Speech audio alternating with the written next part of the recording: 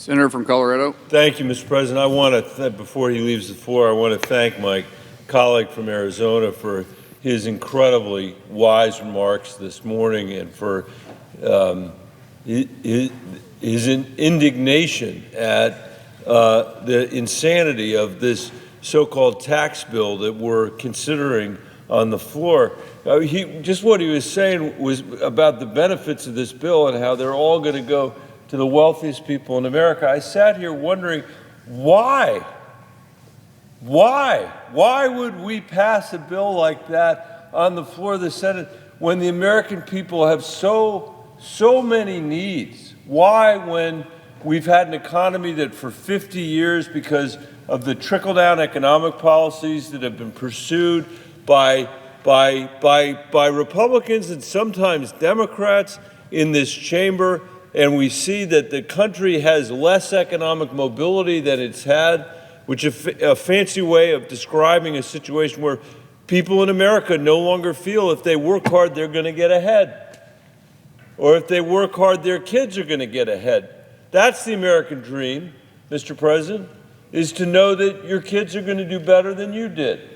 And for the first time in American history, as I said last night on this floor, for the first time in American history, if you are 30 years old in this country, you have a 50% chance of earning a salary as good as the one your parents had. That's never been true before. Incomes are down for young men in their 20s in this country by 40% since the mid-1970s.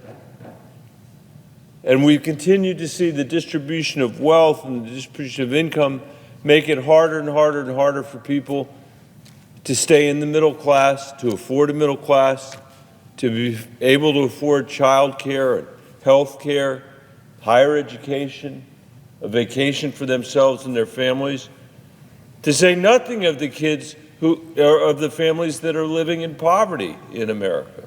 I used to be the superintendent of the Denver Public Schools before I came here. And the parents and grandparents in my school district, which were mostly kids of color, mostly kids living in poverty, were very often working 2 and 3 jobs just to feed their families. And no matter what they did, no matter how hard they worked, they couldn't get their kids out of poverty. That economic dislocation, I think, is one of the reasons why the American people elected Donald Trump again. Because they were so frustrated with an economy that seemed to have no benefit for them or their kids that they were willing to take the risk of chaos to try to have some sort of breakthrough. And while I wouldn't have wanted that chaos, I could understand the impulse. Since neither party has done a very good job of delivering for working people in this country in a long time, we're going to see how that chaos theory works itself out, because the chaos is raining down on our country right now. The chaos is raining down on the American people right now. One of the things that's really interesting to me about this tax bill is that I don't think there's any mayor in America who would propose what's been proposed here. I don't think there's any mayor in America who would say, my plan for my community is to borrow more money than we've ever borrowed in the history of our community. The debt adds up to another 4.6 trillion, or I guess it's 5.5 trillion if you count interest. I'm going to borrow more money than I've ever borrowed, but we're not going to spend it on roads or bridges or parks. The desperate need for mental health treatment across our country, especially among kids, but also among seniors as well and everybody else. I'm not going to spend it on parks or schools. I'm going to take that money and I'm going to give it to the richest neighborhood in town and hope that somehow it's going to trickle down to everybody else. that economic theory, when you put it in the terms of any community in America, makes no sense at all. And America is a community. It makes no sense for our nation to go into debt, to force the children and grandchildren of our teachers and police officers and firefighters to pay back this debt, to pay back this interest. For what? To finance tax cuts for the wealthiest people in America, when for the last 40 or 50 years, almost all the benefit of the economy has accrued to the people at the top.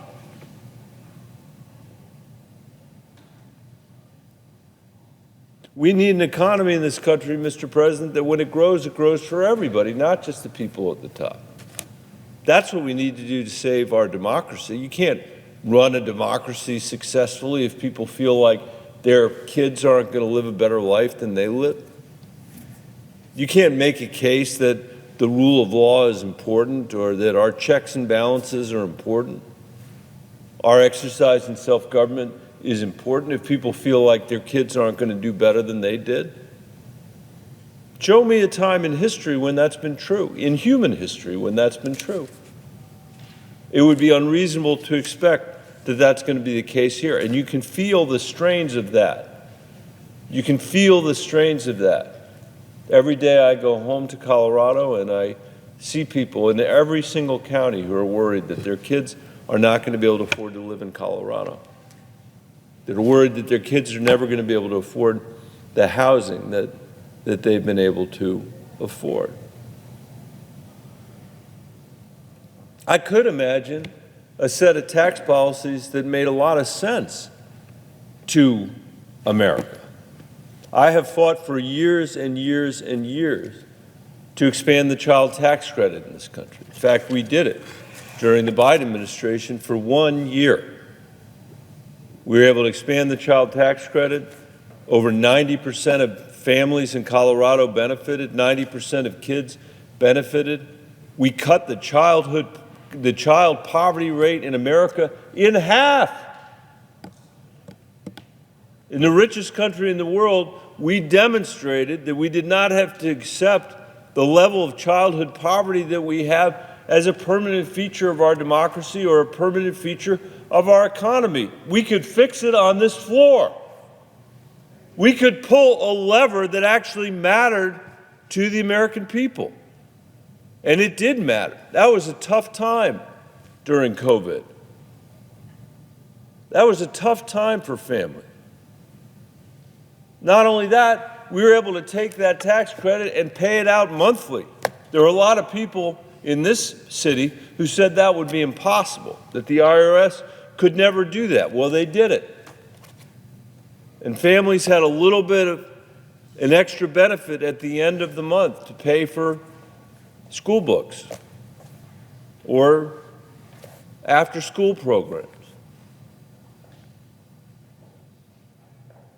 or clothes to go back to school at the beginning of the year. That's the time of year it was.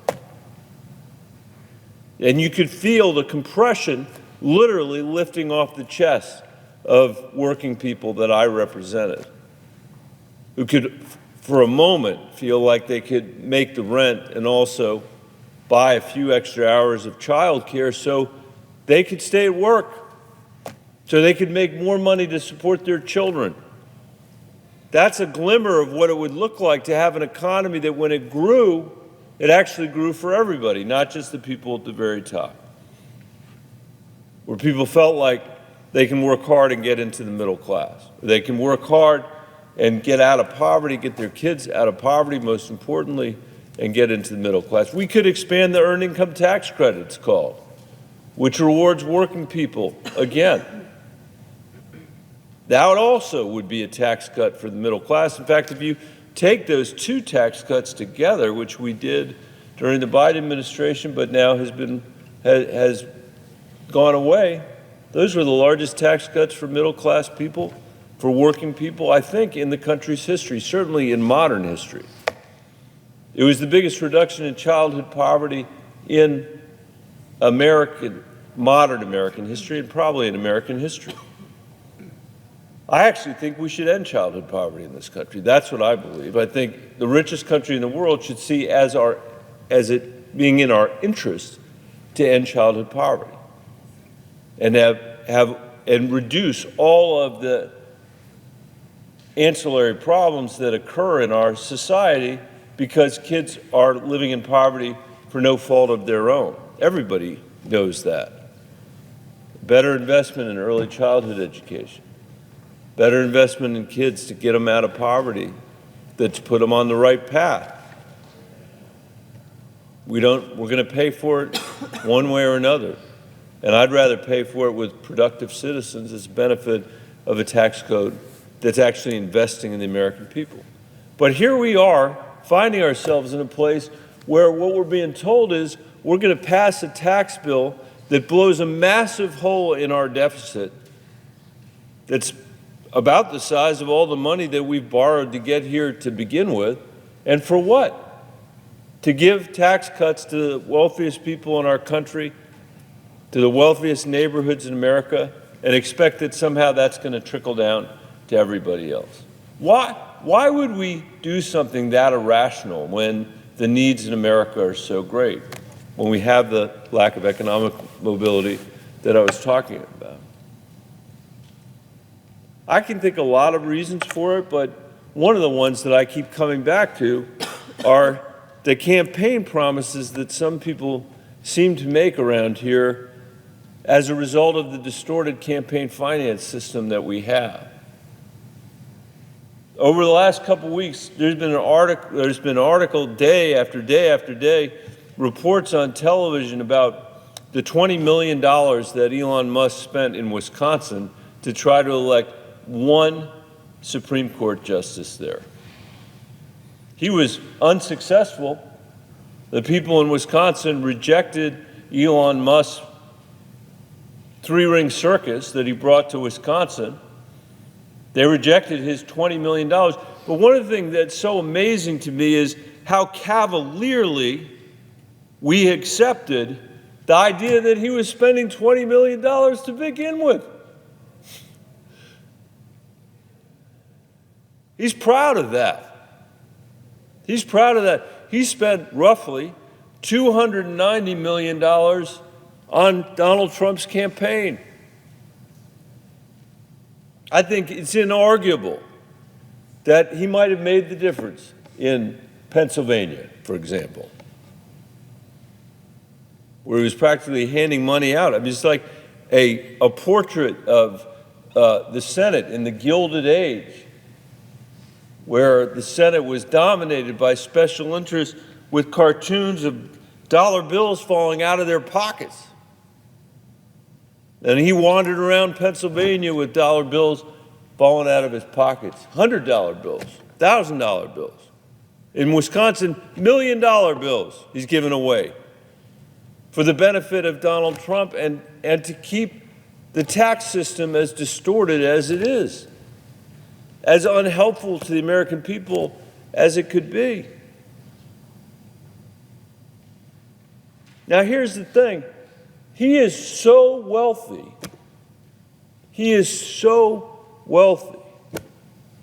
I think he's worth something like $378 billion, something like that. I'll check that. But he is so wealthy that $20 to him is such a small fraction of his wealth that it's like somebody in Colorado buying one hamburger from McDonald's. Would somebody in Colorado spend the money on one hamburger from McDonald's if they thought they controlled the outcome of an election in Wisconsin? That $290 million that he spent in Pennsylvania, or in the last Trump campaign, a big part of that in Pennsylvania, but other places as well, that sounds like a lot of money to anybody here. $290 million, that is a lot of money. If you look at that in the context of, a teacher in Colorado, it's about $50.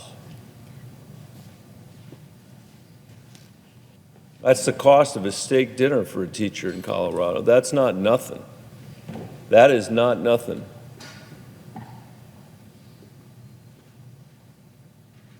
But if you knew you could control the outcome of America's future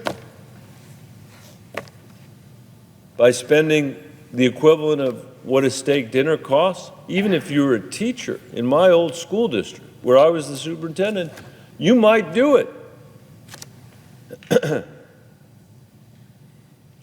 Which is a reminder about why we have to change the campaign finance laws in this country. We cannot accept Citizens United as a permanent state of affairs, as a permanent feature of our democracy. And sometimes people say, well, what are you going to do about it? The Supreme Court made a constitutional ruling about it. There's nothing you can do to fix it. There are plenty of generations of Americans that have confronted problems with a constitutional ruling like the Supreme Court, and they've done something about it. They've amended the Constitution in their time.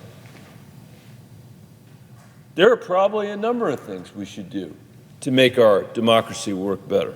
But one of those would be to make sure that the wealthiest people in the country can't buy elections and can't do it with dark money either. So we can understand what's actually going on here, and we can explain why we've got such a preposterous proposal in front of us right now that cuts taxes for the wealthiest people and threatens health care for the most vulnerable people in our country. I'll close just by saying there are some crazy things in our tax law. Crazy. Crazy.